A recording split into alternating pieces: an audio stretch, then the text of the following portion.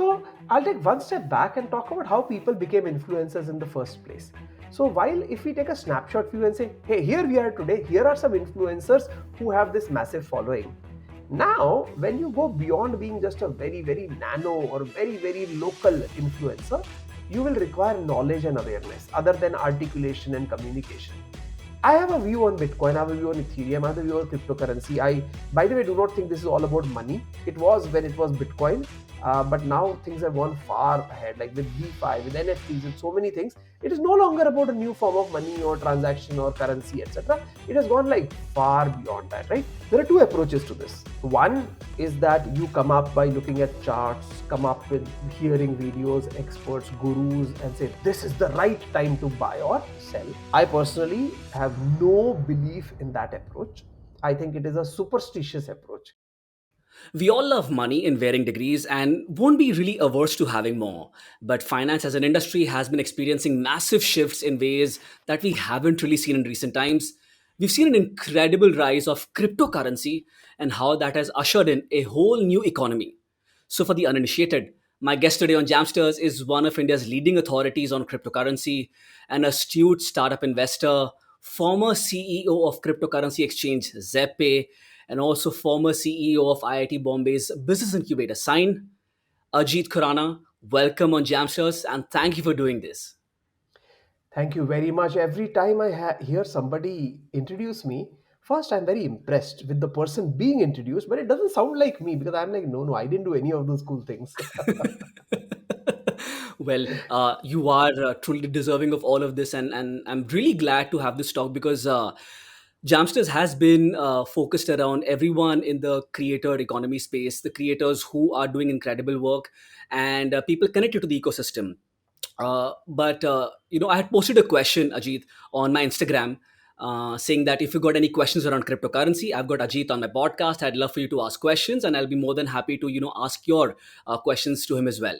And my mom interestingly says that what's the rush with cryptocurrency? I don't understand this. And I found that to be a particularly interesting starting point because cryptocurrency has become such a rage, particularly in the pandemic phase where everyone is trying to really understand, not miss out on the opportunity. There is a sense of FOMO as well around cryptocurrency. Can you deconstruct that a little bit? That what's the rush around cryptocurrency? When you're creating history, you're always in a hurry. As in, why would there be any other way? So I'll tell you the reason for the sudden spike in interest. If that construes to be rush, then I'm talking about rush. The fact is that there is a set of people, I include myself in those, who believes that this new way of doing things, and I really am talking about decentralization, but decentralization, cryptocurrency, blockchain, very intimately umbilically related and linked concepts. So this new way of doing things is, I would, in my opinion, think that it is as revolutionary as in the early to mid 90s the new way of doing things on the internet was. Like we had books of account before that, we had books of account after that. We would communicate before the internet, we communicated in the internet era. We had information published before the internet, and we did it on the internet. But you would have to agree that it is a revolutionary new way. Though we may reminisce about good old days, but the fact is that the internet came and changed the world completely. I believe that another similar quantum leap awaits us, and we have seen just the initial trickle of the upcoming tsunami. And those who believe the same as I do are obviously in a hurry to rapidly adopt this. Interesting. This sense of FOMO that everyone is currently having, and many do not really understand cryptocurrency, right? I think from the perspective of where you are a market leader in the sense of understanding the architecture, the foundations of how it is built. But most of the people are in it because they've seen a massive meteoric rise in, let's say, Bitcoin, and they felt that they missed out on that rush. So let's go with another alternative coin and probably make a quick buck on that as well. We should talk about that a little bit more because I think when it comes to investing their own money with these kind of currencies, I don't think that, including myself, is that there is a very well formed understanding of why should someone actually put their money in this. Maybe you could unpack there. So I think that by the way, the expression FOMO is a monkey see, monkey do. or I do without I think kind of thing. So FOMO by itself is a bad word, right? Though we do FOMO, as long as we FOMO and don't bet the farm, I think that okay, it could be just one of those things. As in, you hear about something new, it could be a new pizza topping, it could be a new movie, it could be a new place of investment. So if you FOMO without taking a very huge bet, go for it. But if you are putting a significant amounts of money which could alter your fortunes, you really need to think hard. So now let me get one level deeper. While an educated and informed investor is the only reasonable type of investor, but this is not new to cryptocurrency. For instance, several people have invested in the stock market, or for that matter, in mutual funds. And while they may have some thesis around it, no doubt about it, they might say, oh, HDFC Bank seems to open new branches, so I think it's doing well. Let me buy shares of HDFC Bank. Or, oh, this mutual fund ad is giving me something called an SIP, which seems like a very good way to invest, so let me do that. I think that at the very least, there should be some thesis behind what we are doing. As long as you have that, I also believe it is unreasonable for somebody to know everything about something. I'll give you an example. True. There was an IPO by Paytm. Many, if not all of us, use Paytm. But how many really know the engineering behind how money gets transferred from one wallet to the other? The answer is close to zero. So does that mean that because you don't know that, you are not suitable to invest in Paytm? I think that is too far-fetched. It is like assuming that the world is black or white. So to now answer very precisely your question on the crypto front, those people who say things, I'll tell you the wrong things to say, and then I'll say the acceptable things to say. There is no right thing, because right assumes that you're 100 out of 100. Nobody is. So wrong things to say are, oh, Bitcoin did very well in the past, it will do very well in the future. Bad logic. Bitcoin did very well in the past, but I missed it, so let me instead buy shitcoin, if you will permit some French on this show, right? Very, very bad logic, as if this is worse than the first one. Bitcoin did well in the past. It has risen so much that I think it will rise some more. Well, now we are talking of the fact that there is some logic, but there's a timing issue. And a lot of people, it is said that the retail investor enters at the peak and exits at the bottom, right? So this Mm. starts sounding like you're timing the market wrong. But right things to say or acceptable things to say, I kind of understand what decentralization is.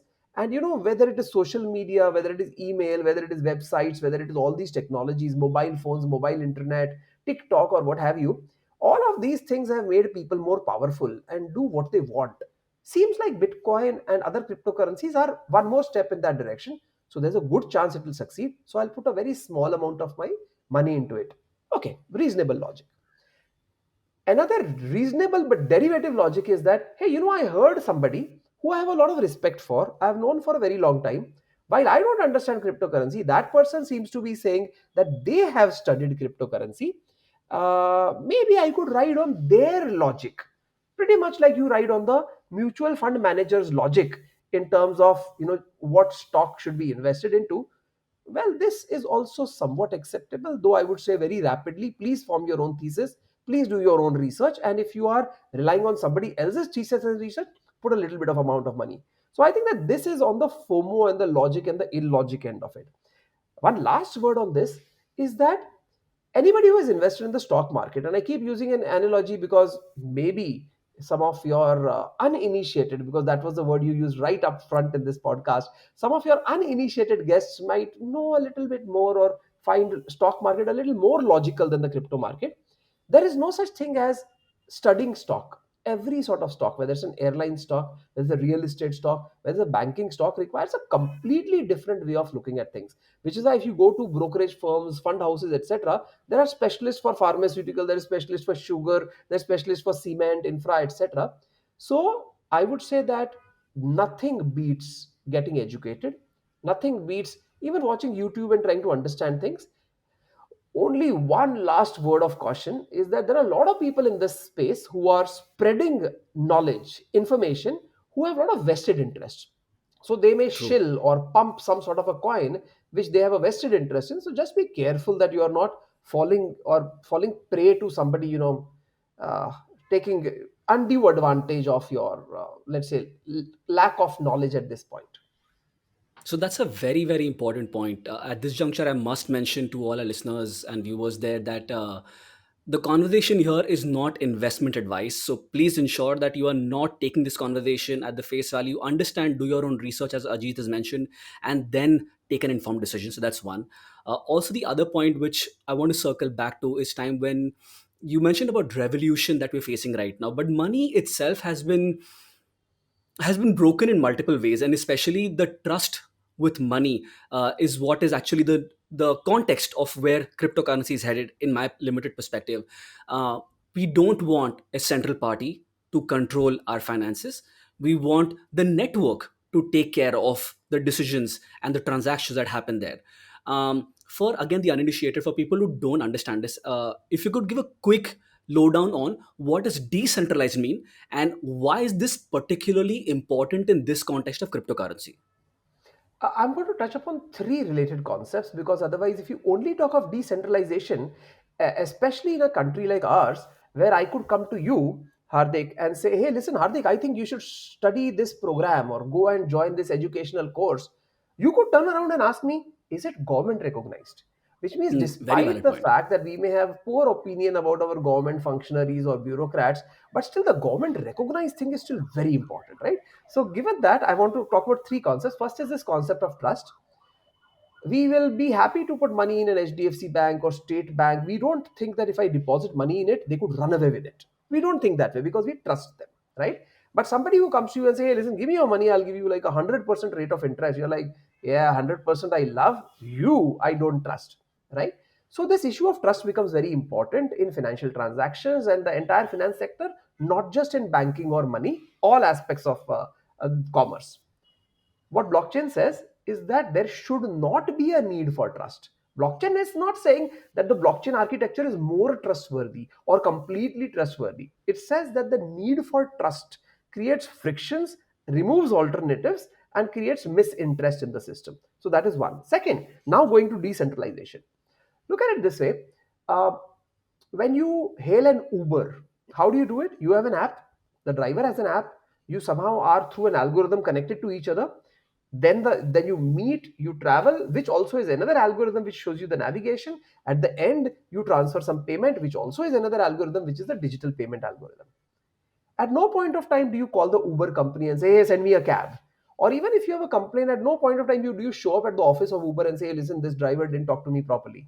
What I'm saying is that we have largely, maybe 70, 80, 90% of the entire process, the business process has been automated. Likewise, today there are people who have not gone to a bank branch since forever because they do only net banking, which means that has been automated. There are banks referred to as digital banks, neo banks, which don't even have a branch. What I'm trying to get at is that the degree of software eating the rest of the world is significant. It ranges from 10 to 99% depending on which sector you are in. What if those areas which are at 70, 80, 90, 99%, such as the financial sector, you could nudge it a little further ahead and say, let's try 100? Which means, why should there be an Uber company at all? Why can't there just be some open source software which does exactly all the things that the Uber software does? It connects riders with drivers, it does the navigation, it does the payment transfer, it has the rating system, etc. Right? As in, why give the money to the Uber company? Why give the money to Amazon if basically third party sellers are selling on it? So this is the concept of decentralization, that you remove the central authority. Like today, and many may not have thought of it that way, when the Reserve Bank of India and the Ministry of Finance, which are the two entities in India which can print physical paper based currency, when they print that money and they have, let's say, what are called chests with RBI, uh, what do they do with it? They don't give it to you and me because they have no mechanism to reach us. So instead, they give it to distribution agents, what we refer to as banks.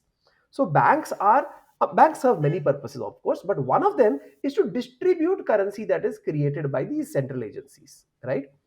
Which is why now Reserve Bank of India, as well as bankers in more than 80 countries of the world, are considering some form of cryptocurrency, which would be a authorized cryptocurrency. There's a fancy word for it called CBDC, which is central bank digital currency. Because in doing so, they will actually directly be able to disseminate the currency to people, right? Which is the big advantage of paper based money. There are lots of disadvantages of paper based money, but the direct advantage is that I can just give it to you. I don't need to have an app, I don't need to have internet access, I can directly give it to you.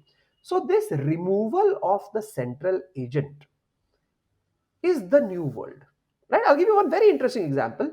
For those who are not in their teens, they would probably have experienced the fact that if you wanted news, you would have either, well, if you're as old as me, just one news called Doordarshan.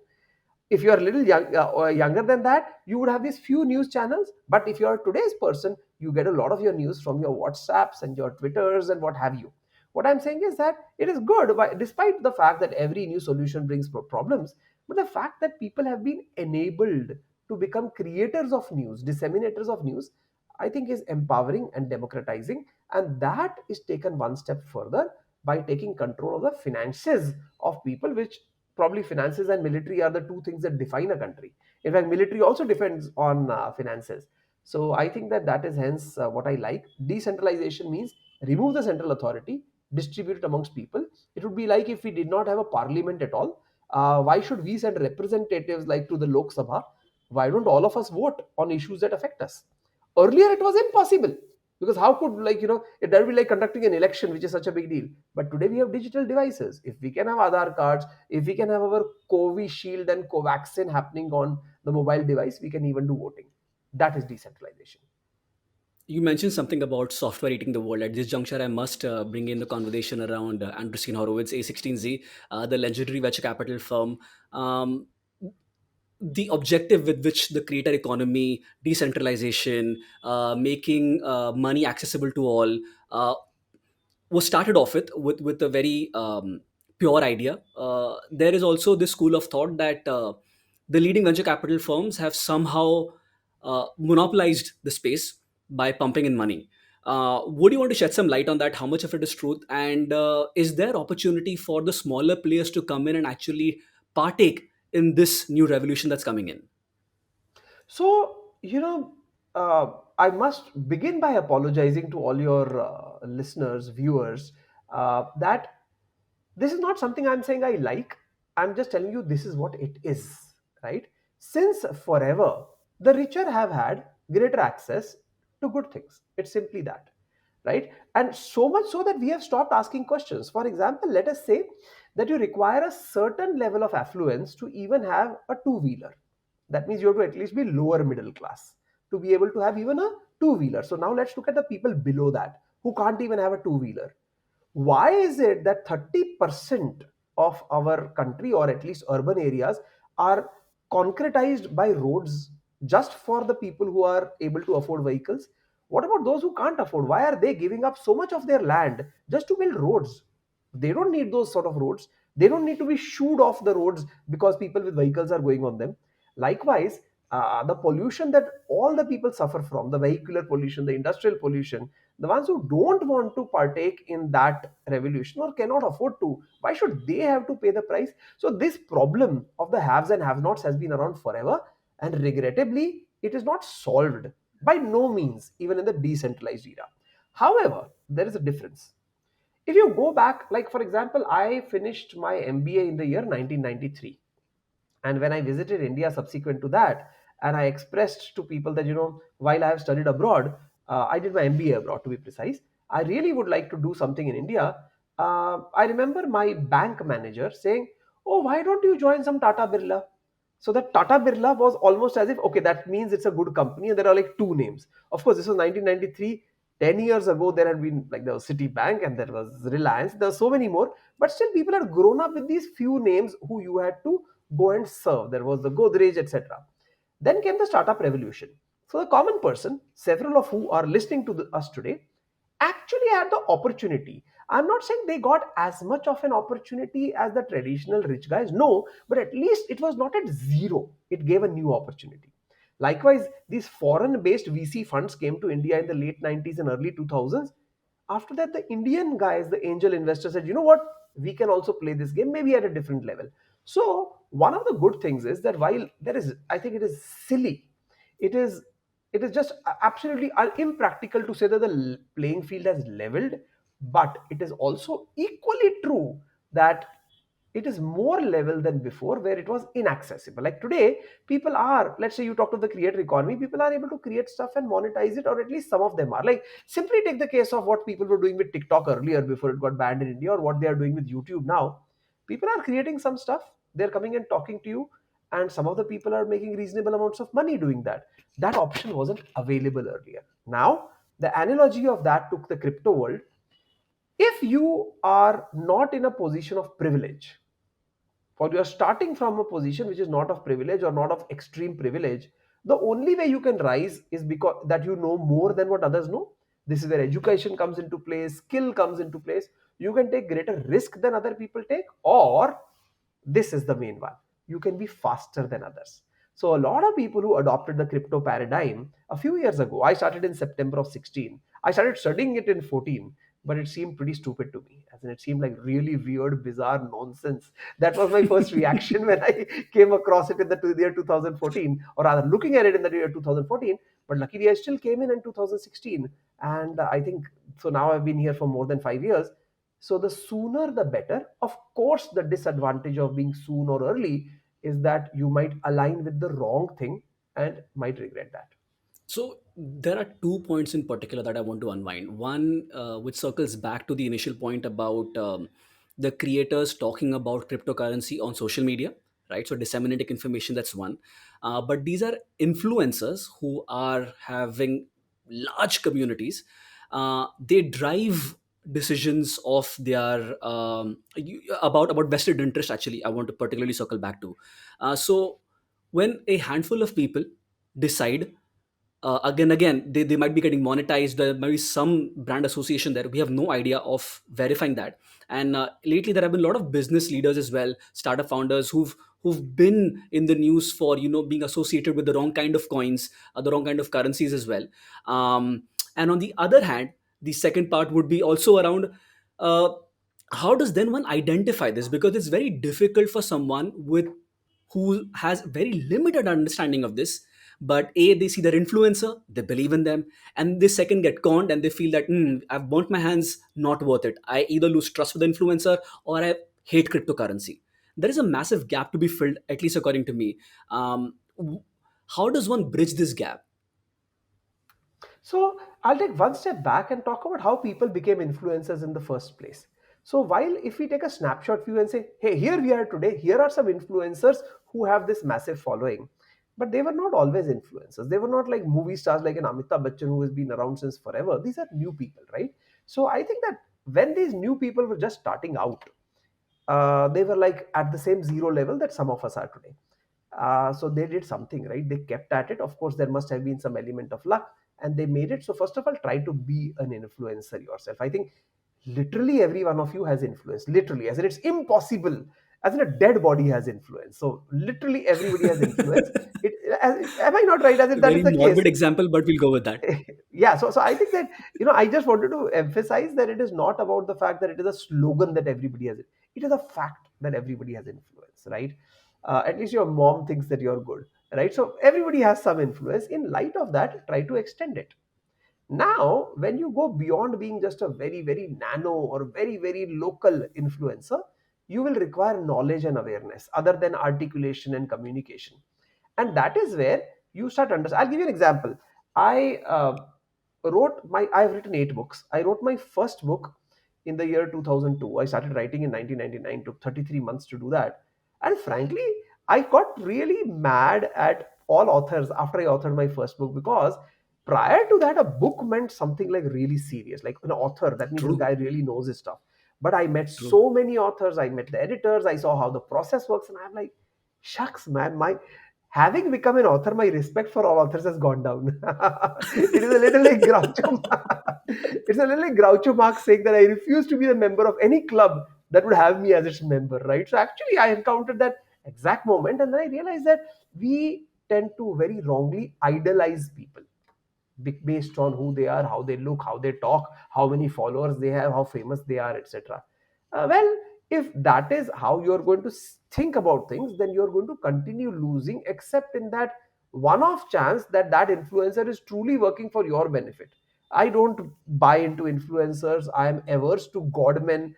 Political leaders are a complete aversion. Not that I don't get entertained by their speeches, but the fact is that everybody has to do their own research. And by the way, I have a view on Bitcoin, I have a view on Ethereum, I have a view on cryptocurrency. I, by the way, do not think this is all about money. It was when it was Bitcoin.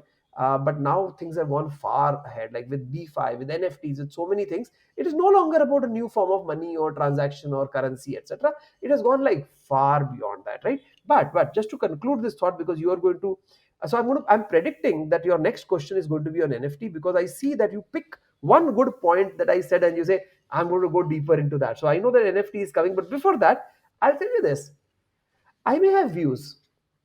There is nothing to say that my views have to all be right. In fact, if I look at my own track record, I have been wrong more number of times than I have been right. This is, by the way, an absolute arithmetic fact. The reason why I have not been a complete failure despite being wrong more number of times is that when I'm wrong, I sooner or later recognize it and cut my losses. But when I'm right, I let my right outcome ride for a prolonged time. So one right decision beats several wrong decisions. I shouldn't say 100, but probably one right decision beats five wrong decisions in the way I structure it. Namely, I let the right outcome ride and the wrong outcome be booked the loss and move ahead. So I think that everybody who is listening to this, and at this point of time, since I have Hardik looking at me, I know that Hardik is listening to me. If there's anybody else listening to me at all, then in whichever platform you can come and tell me that, hey, you heard this Jamsters podcast, please tell me so that I can go back to Hardik and said, you know what, the total listenership was more than just you. Having said that, I think that, just make sure to do your own research. And a lot of people say, hey, where do I start? Congratulations, you are listening to this podcast. It has started. That is all there is to it. It doesn't mean that you have to go and do a course somewhere. It doesn't mean that you have to get a university degree. It is just that, I would say that even if you are curious enough, that is enough, because you will find a way to satisfy that curiosity. You're listening to this podcast, you'll go and listen to some other videos, you might just read an article or so, then Google and YouTube and Alexa and everybody will figure out what it is that you want to know, and then they'll start dishing out more and more stuff based on their algorithms, and you'll read more and more, and sooner or later you will find that Hardik is inviting you to be invited to talk on his podcast, right? That is all it takes. So please start your journey. Interesting. I want to circle back to this one interview that you had given with Zebpay in 2018, in which you mentioned that the time that you were recording this video, that interview, Bitcoin was the favorite. And then a couple of years back, you mentioned Ethereum, Ether was favorite, which is, I think, circles back to the point that when people make a decision based on certain thing, there is a thesis behind what the person is saying, which I think is very, very important to understand. Do not take it at blanket statement that because Bitcoin has got a rally, I might enjoy as well, because the volatility is something that is extremely unnerving for most. I think for probably every single individual, people like stability of sorts. While I will come to NFT, I want to talk about the piece of volatility which I think is particularly very difficult to navigate, and that will circle back to the stock market as well, but more so with cryptocurrency. How do Ajit as an individual view risk when it comes to assessing either your portfolio or just probably whether it's an opportunity worth going after or not, particularly in this context of investing? So when it comes to taking a view on something, like you gave the Bitcoin Ethereum example, and I always like to take a step back. I will of course answer your question directly. Uh, Ladies and gentlemen, if you go to a new restaurant where you have not been before, but it seems like worthwhile trying, and you're presented with a menu and you're poring over it and trying to understand what these words mean, especially when menus use very fancy foreign sounding names of dishes which mean nothing to you, and then you go ahead and make a choice and something comes to your table. Be honest. Hasn't it often been the case that you look over your shoulder to the next table and it seems like what they got was much better than what you got, right? As in, this is so true that I have now started going to a new restaurant and just looking at what others are saying and saying, get me that, right? Because it is Mm. probably a little better than, just looking at a menu which I don't understand. So the fact that you may make all your educated decisions in ordering or choosing cryptocurrency or investment option or life partner or relationship or best utilization of your time, there's a good chance that you'll turn out later to find that it was not the right thing. Now, as far as risk is concerned, cryptocurrency has three clear risks. There's a regulatory risk, there's a hacking risk, and there's a obsolescence risk. What you are referring to, however, is the volatility risk. So to begin with, other than the first three risks, I often tell people that I don't regard volatility as a risk. which is actually a very as in scary thing to say, because statistically risk is defined by volatility, variation, standard deviation, etc. And in general also, the fact that you can buy at a high price and it falls down and you lost money, surely there must be risk. Okay, I'm not going to debate the technicality of it, but the fact still is that volatility is a very important characteristic of most of the things. Like for example, would you really want to invest in stable coin, which means a coin whose value is always exactly $1? No, you may hold it as you hold currency which you want to spend and transact with. But the fact is that you want volatility, except that you want volatility in your favor. Namely, you want to buy it today and you want volatility to kick in so that you become rich, very rich tomorrow. The True. pain that you encounter with volatility is that it often does exactly the opposite. You buy and then it crashes and you're like, oh my god, I hate this volatility. You don't hate the volatility, you hate the fact that it did not work for you. Otherwise you would love the volatility, right? As in, if you bought something for 10, it became 20 tomorrow, you would not say I hate volatility. You'd say, hey, you know what, I'm glad there was volatility. So there are two approaches to this. One is that you come up by looking at charts, come up with hearing videos, experts, gurus, and say, this is the right time to buy or sell. I personally have no belief in that approach. I think it is a superstitious approach, though you may be using graphical methods, technical analysis, charts, or whatever, right? The other approach is the one I take, and I say, listen, if on the whole I like the asset, so for example, I like a certain cryptocurrency, and ladies and gentlemen, you will see that I'm completely desisting from even using examples of cryptocurrencies, because I don't want you to leave here thinking that Ajit said buy that. I did not say that. In fact, there are, like, that's the only question that if there were a Q&A at the end of this, of course this is an entire Q&A itself, but the only question I don't answer is that, hey, what should I buy to become rich like really fast? But coming back to what I was saying, that suppose I have a thesis that I like this particular token for whatever reason, but I just don't know if this is the right time to buy. The price currently is 100, but it was also 20 10 months back. It was also 200 some time ago.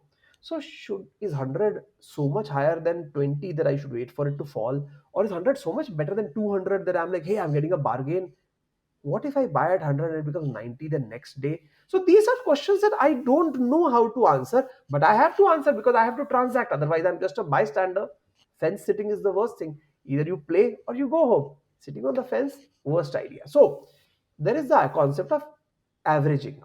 Now, please understand that those who know that the average of 4 and 6 is 5 might think that I'm talking about such a trivial idea. Not at all. This is a very sophisticated idea compared to just an arithmetic mean.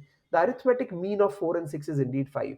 But why do mutual funds keep shouting about SIP, SIP, SIP? That the idea is, I'll tell you two types of averagings, and I'm going to try to keep it very, very non quantitative because a lot of people don't like numbers. Suppose you go and buy 1 unit of this cryptocurrency every day. So one day it is 100, one day it's 90, one day it's 110, etc. And you say, okay, got the average price. Bad idea, very bad idea. This averaging is stupid. I'll tell you what is the correct averaging. You find a particular amount of rupees, not number of tokens, but a certain amount of rupees, such as 100 rupees. And you go every day or every week or every month or whatever is your budget and buy that same amount of rupees worth of this token, regardless of what the price is. You know what this will do? On those days when the token price is low, let us say it's 40, 50, 60, 70, 80, or whatever, you will get more number of units. On those days when the token price is high, 150, 200, 300, whatever, you will get fewer number of units. As a result, your average acquisition price will not be the average price of all your purchase points. It will be much better than that. Much, True. much better than that. This concept is called dollar cost averaging, rupee cost averaging, SIP, variety of names. But this is the only way to do it, that is, enter slowly at different price points by investing the identical amounts of money into an asset you would want to invest in. Volatility should affect you much less if you do this. Interesting. So, would you recommend, Ajit, a percentage, because a lot of people want to feel cryptocurrency as all in investment, but would you recommend like a percentage of the portfolio in the range that people should play with, just because young investors do not have an idea, they feel that they have this certain amount of money with them, so let's put all in, and probably this will rise and we'll be like really rich at the end of whatever period that they want to exit. Would you How old are recommend some you, percentage there? Hardik? How old are you, Hardik? Let's not talk about it, but let's say that I'm in the 30s range. So what is this reference to people as young people, as in are you referring to yourself? Because I often find that people who are older than other people, and everybody is older than somebody else, refer to the youngsters as if they are less intelligent. Now I am So I'm a 19 years old. millennial, Okay. right? I'm a I'm not a millennial. Let boomer, me by put the it that way. way. Yeah, you should know I'm not a boomer, although both my kids, whenever I say things they don't like, they're like, okay, boomer. I'm like, wait a second, I'm not a boomer. I came a few years after that, all the same. So I'm 19 years old, 1 9. And I may look like Clearly, a little more, no, I may look a little more than that. Like a lot of people might think I'm in my 50s or 60s. And the reason for that is that I'm in crypto. So in crypto, you age very fast. So that is one of the side effects. I'm just kidding, quite obviously, I'm 52. But the fact is, that if you're a youngster, you're a college student, you're 20 years old, and you really have like 1000 rupees, and you say, I'm going all in, I'm putting all 1000 into crypto, while not having a portfolio, blah blah blah, is always a bad idea, but this would be an extreme situation where you're taking a punt, where it may be okay to do this all in. But if you are earning your own money, if you have some expenditures attached to it, you have to do an asset allocation. The asset allocation fundamentally is around very safe investments, such as bank fixed deposits, government bonds, etc. Then slightly riskier investments, which would be like something which has a variable return, but is still not necessarily like let's say the largest cap mutual funds, etc. Then you go still higher. So at the top, you come up with what is called the high risk part in this pyramid. That's why I was in my mind. The reason I said top is because I was envisaging a pyramid. Now, it will require a financial advisor to sit with you, ask you lots of questions about your income, about your belief of future income, and about your expenditure, to come up with what percentage of your wealth should go into the uppermost, which is the riskiest asset class. So, since I'm not a financial advisor, I'll desist from that. But let us begin with the point that that is 10%. That means things like derivatives and direct stock, and startup investing and cryptocurrency. So this high risk category is, let us say, 10%. What percent it actually is, you will decide. My recommendation is that if you have already computed what is your high risk profile, whatever is that percentage, in my case, despite being much older than people in crypto or the average age, I have put much greater proportion to crypto because I have led myself to believe that I have a moderately good understanding of it. But for others, I would say that if you have come up with your high risk portfolio number, then 10% of that, so if your high risk was 10%, then 10% of 10% becomes 1% of your total, got would it. be a number that sounds logical to me. Having said this, please understand you could lose it all, and that would seem really bad advice at that point of time. So naturally, you have to bear the positive as well as negative outcomes of your decision. So please make your decision yourself. Yeah, that's a very very important point, because I think I want to circle back to that example of Paytm that you gave. Right, it's a very unfortunate story, but the erosion of wealth that has happened for a lot of investors has definitely been difficult, primarily on the perspective that Paytm is a phenomenal company, founder is fantastic, lot of vision, lot of drive. On the other hand, you also have the example of GameStop as well, which was ridiculous when it came to the speculative nature of that stock. So I think both examples are very very clear cut examples that you've mentioned, that if you're willing to lose that money, you should be open to that as well. So that's one aspect of the conversation. The other thing I want to circle back to is the NFT bit, which I think is very very important for the culture that it is becoming mainstream. It is inspiring, it's genuinely paradigm shifting, whatever the way we want to see it, the way we want to say it. But particularly for creators, whether they're YouTubers, Instagrammers, painters, it is, and I truly believe that now it couldn't have been a better time for someone to follow their passion and really be able to monetize that. Now obviously there is a varying degree to this, but NFTs again are again two schools of thought: gimmicky and a fad, and inherent believers that this is here to stay. I know that you are of the belief that it's here to stay. Um, do you want to unpack a little bit about people who are non-believers and who think that they want an in on it but do not know where to start? So I want to unpack your belief that I believe that it is here to stay. What I'm trying to Okay, get at is the fact okay, that, go back to the time when people started making TikTok videos, because we have seen that cycle already. So let's try to draw an analogy. So first people were like, several people dismissed TikTok. What is the use of TikTok? There's already YouTube or some other. I can share my videos on Facebook, and I have so much more reach. Then you realize that there was something special about it. The way you could create the videos and the way it would play, the way the algorithm would understand things, etc. And then it became a huge phenomenon, like incomparably better than some of the existing options. So again, take the case of influencers on YouTube specifically. A lot, let's say stock market influencer, right? Some or food influencer or fashion influencer. A lot of people will say, you know what, this man or this woman knows nothing, but they are very good at marketing, they are very good at communicating, or they get all the best brand deals, etc. I think that this is the situation that we are in, even when it comes to NFTs. That a lot of people, pretty much like they would not necessarily respect influencers, because they would feel that the substance is very low, the rest of it is just the cream and the polish and the shine and the gimmick and the marketing and the promotion. Well, that has always been the case.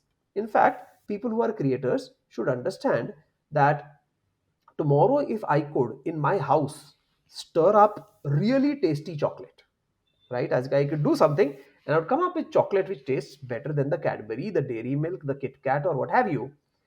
What is the probability that starting from that one point of time, I would, in a reasonable period of time, beat Cadbury and Kit Kat and all at their game, and those people would have to shut down, and I would be the world leader of chocolate? Well, theoretically, anything is possible, but you would agree that it doesn't seem too realistic, right? So the fact that I conjured up best chocolate does not mean that I'm going to beat the rest at their game. Suppose I come up with one more formulation which tastes better than Coke or Pepsi, or is in some way superior, right? It uses honey. I don't know. I don't know. Maybe there's honey Coke. I don't think there is. And what is the probability that I'll unearth the market leadership position of Coke and Pepsi, and then there'll be like Ajit Cola, however atrocious that sounds, and that will unearth the Coke and Pepsi of the world. What I'm trying to get at is that, and this is something all creators should understand, that to say that the substance of what I make, do, produce, create is great, I just don't know how to market it, polish it, communicate it, articulate it, gimmickize it, etc.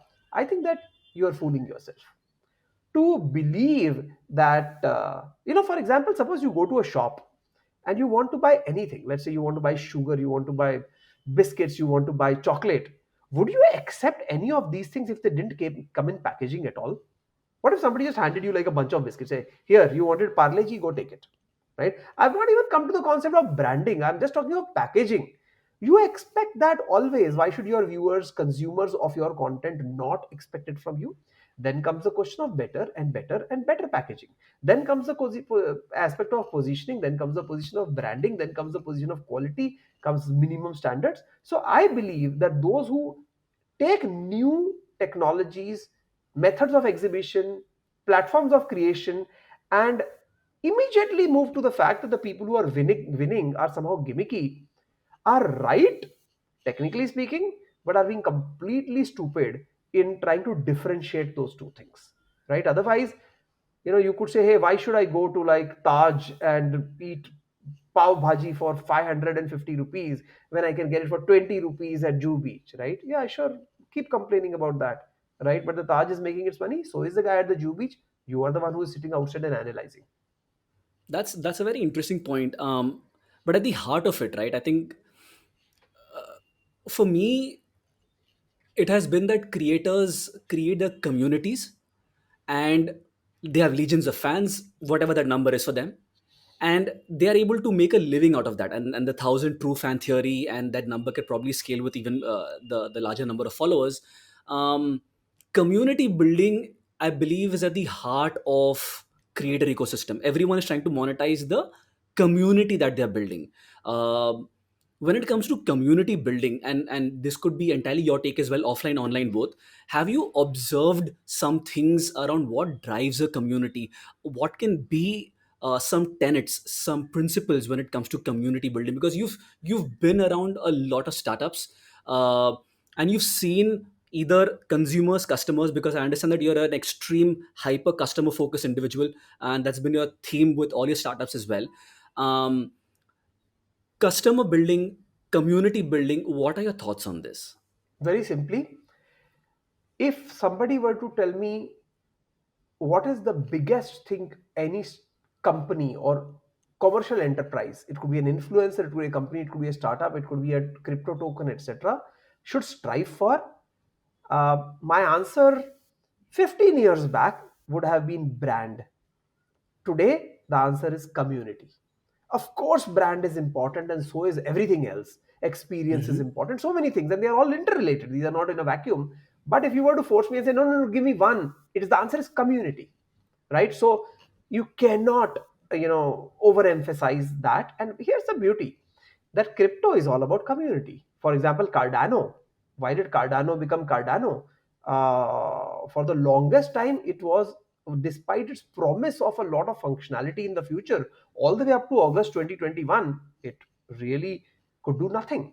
It was still very, very, very well loved by its community, and that kept it in the top 5, top 10, or top 20 coins in the world, right? So, community is very important.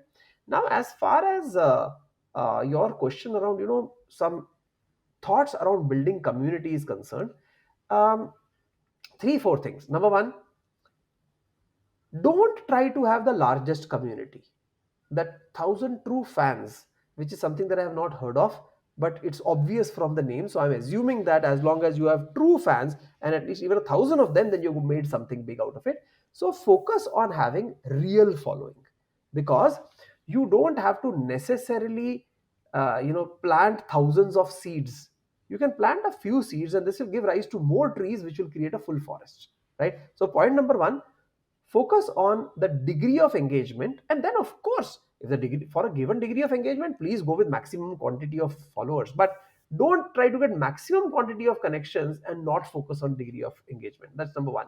Number two, as in, I'm tempted to say be honest, but before this session, Hardik was sent me a very, very, very offensive WhatsApp message, which I am constrained to share with the listeners here. He said, please make sure that you are brutally honest.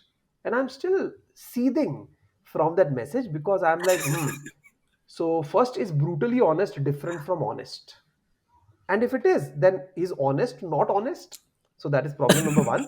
And the second thing is, when somebody asks you to be honest, he is, if in effect, saying, hey, don't be dishonest. And I'm like, so I need to be told that, right? And if I need to be told that, then do people become honest because they are told to? So what I would hence desist from telling you to be honest, which is kind of obvious. But the important thing is, be regular, keep creating content, stick to it. I myself have tried to be a YouTuber a few times. I do a few videos, the views go up from 60 to like few thousand, but I want few 100,000. I would like a few million. It doesn't happen overnight. I give up. Well, you are not the material that is going to be an influencer, because you give up. One of the characteristics of influencer, see, in hindsight, when we look from outside in, we see the influencer as a communicator. We see the influencer as a creator of certain objects, whether it is art, whether it's video, whether it's audio. But that is from looking outside in, after the influencer has become an influencer. Let's look at before, because that you never got to see. The reality is that the influencer is fundamentally a persistent person. That's it. Fundamentally a persistent person who will stick to it, and of course look at new opportunities. For instance, it was just less than 48 hours ago, or roughly that much, and actually less than 48 hours ago, that Twitter introduced the concept of community. So Twitter spaces are new, but they have been around for over a year. Then Twitter itself has been around for like more than a decade, like 15 odd years, whatever. Twitter community started like less than 48 hours ago. Maybe if you missed the bus on so many other platforms, this might be the place that you make your thing. So be on top of things, be regular, focus on quality of audience. That's it. As in, if with this you don't manage, that means what you are creating, people don't appreciate. So either you say, listen, I'll create it nonetheless because I like it, I'm completely okay with that. Or you say that, I'm going to service my customer, so let me see what they want and tweak my thoughts accordingly. That also works. That's extremely important. I think. Uh, while I do want to circle back to the point of you mentioning about the offensive message that I sent you, One of the very important things that I must call out at this juncture is that when guests come on the show, when they have a conversation, the reason why I do this with every single one is that, listeners really appreciate, and my listeners, and particularly the kind of person that I am, I truly appreciate the good bad of everything. And the reason why Jamsters is a name is because when two people jam, you are free to negate my thought as well and have your perspective the same way I have the liberty to do that as well. But not everyone is okay with that viewpoint, so I have to put that out as a caveat every single time before the conversation happens. So while technically I was right in what I said, that there's no difference between honest and brutally honest, but at the same time, obviously I was speaking in jest. There's no offensive, there was no seething, and yeah. So like a lot of people when they'll talk, they will ask a question and say, "Be honest, tell me." And I'm like, "Wait a second, what the hell do you mean by be honest? As opposed to what?" Hmm. Right? So I say, "Listen, are you asking me to be honest, or are you asking me to be frank?" I understand that there's a reason to ask me to be frank because I may choose not to be frank, right? But to ask me to be honest is saying, had I not told you to be honest, there's a good chance you would be dishonest. Right? Hey, what the hell are you saying? But just kidding. Don't delve deeper into Hmm. it. And I want to ask you at this juncture that because you're in continuous access with a lot of people, um, is there some way that you unwind and collect your thoughts again? Are you more of an person who's introspective in nature? Do you find clarity by more talking to people, by reading books, watching videos? How do you process your thoughts? Should I be brutally honest? I'm just Please kidding. be brutally honest. No, I'm just kidding. Yeah. I wonder whether anybody while conversing actually said, "Hey, listen, do you want me to be honest, or are you okay if I be dishonest?" Like nobody says that, right? Okay. By the way, good last question of the podcast. Thanks. Yeah. So answering your question, so I had actually been asked this question in an interview a couple of years ago. I gave what I thought was the right answer, but my answer startled me. And I said, you know what, I've got to actually find out what the reality is. So what I told them was that most of my time, probably 80% of my time, actually goes in reading, learning new things, maybe watching educational videos, maybe signing up for courses, maybe reading books, hearing audiobooks, etc. And then later I thought, what if the number is substantially different than 80%, but it just feels like 80%, right? So I actually kept a logbook, and I've done this over the years once in a while. uh, if I remove all the things like sleeping time and lunch eating time and all of those, which together constitute somewhere between 10 to 14 hours in a day, and I just look at the rest, which could be called developmental time, whether you're working, whether you're doing this podcast, whether you're doing whatever, the fact is that there has been no week in the 5 or 6 weeks that I have evaluated my schedule over the last 5 years. There has been no week in which I have spent, and this is now an arithmetic fact, it's not an exaggeration, where I have spent less than three-fourths of my time, which is 75% time, on clearly developmental work. Developmental work is those things that we talked about: reading articles, reading news, sometimes writing stuff, reading books, hearing audiobooks, watching explanations on video. I watch news relatively less, but I watch a lot of editorial and news analysis, etc. That constitutes 75 plus percent of my time. 75. It is a hell of a lot, and it made me wonder, when do I work? And then I reconciled to the fact that this was work. The remaining 25% is the application. Coincidentally, I also did a log of what I do in the remaining 25%. So it's not just 75-25. I have breakups under that. But most of my time in the remaining 25% goes in what I could, most as in close to all, goes in what I could call meetings. Now, meetings could be video conferences, physical meetings, phone calls, or variety of other methods. Which is why things like messaging and email, etc., I tend to be really bad at, and people tend to often have to remind me and re-ping me. I think you may also have experienced that, but you will not say it because you're not brutally honest. But I'm just kidding again on that front. But the fact Oh is my that, god, the number of plugs that have come in. yeah, as in, really need to start selling something which has the brand name brutally honest, right? As in, I have to like sell something Maybe now. maybe that could be like a t-shirt of yours. You do it. I grant you license to the term brutally honest. Go ahead, you Thank you, sell it. Saya. Thank you so much. Thank you, Jamsters, Saya. we are brutally honest. As in, go with that t-shirt. So yeah, so 75%, 75%. That is the amount of time I spend, and frankly, not enough. But if 75% is not enough, then 100% will not be also enough. So at some point of time, you have to stop. But as a last follow up question, I want to ask you is that what are some books that you've gifted the most to other people? So, if you will allow me to include references of audiobooks, because that has happened much more than physical books. Hey, you know what? I'm going to do some one better to you. So, I recently changed my residence, and in changing my residence, I could only pack very little stuff. I had to actually throw or give away a lot of stuff. I had over, I think, 600 books in my house, which I had accumulated over my 19 years of age. And I wanted to start from zero because I'm also doing audiobooks now. But I saved four books. So when I've chosen four books out of, let's say, 600, I don't know whether the exact number was 600, I think that becomes an interesting thing. As in, what are the four books that I kept? So the four books that I kept were, one of them was The Hard Thing About Hard Things, Ben Horowitz. I kept Scaling Up. Can't remember the name of the author, but since it's right near me, I could look it up, if the author's name, if you like. I took From Zero to One, right? Peter Thiel. Yes, I must say, however much I love Peter Thiel, I didn't too much enjoy that book. Because, frankly, after you read the title From Zero to One, that's the title, right? I Right. personally felt that the whole book just is repeating the title, as in, I did not really get the insights that I seek in a book, or Peter Thiel is known to provide in general. His tweets are Interesting. more enlightening, and I almost want to apologize to him for saying this, but no, I didn't enjoy the book.